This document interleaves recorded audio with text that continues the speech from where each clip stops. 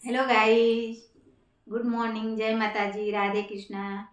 तो देखी जब पीढ़िया के हम गीत गावत तनी, अच्छा लगी तो एक लाइक कमेंट शेयर करूँ जा। पीढ़िया के गीत तो बहुत सारा याद बा, गावत तनी। कौन फुलवा फूलेला अधि अधि रतिया, अरे रतिया बीरतिया।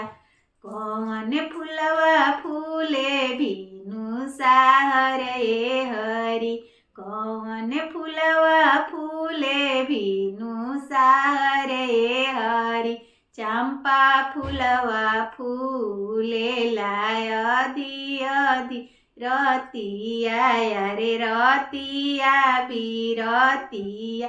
चमेली फुलवा फूले भीनु साहर ए हरि, चमेली फुलवा फूले भीनु साहर ए हरि।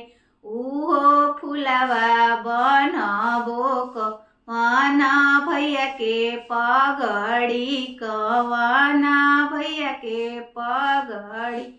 बांधी बांधी चलले कवलेजिया ए हरि, बांधी चलले कवलेजिया ए हरि।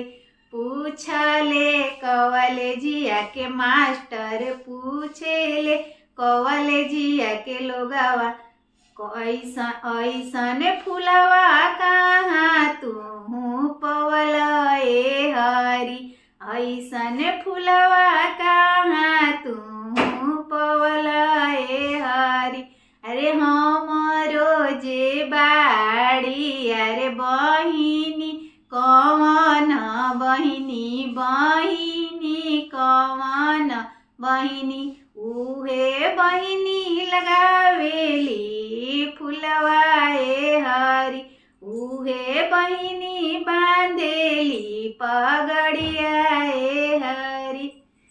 जय प्रिय गोसाई।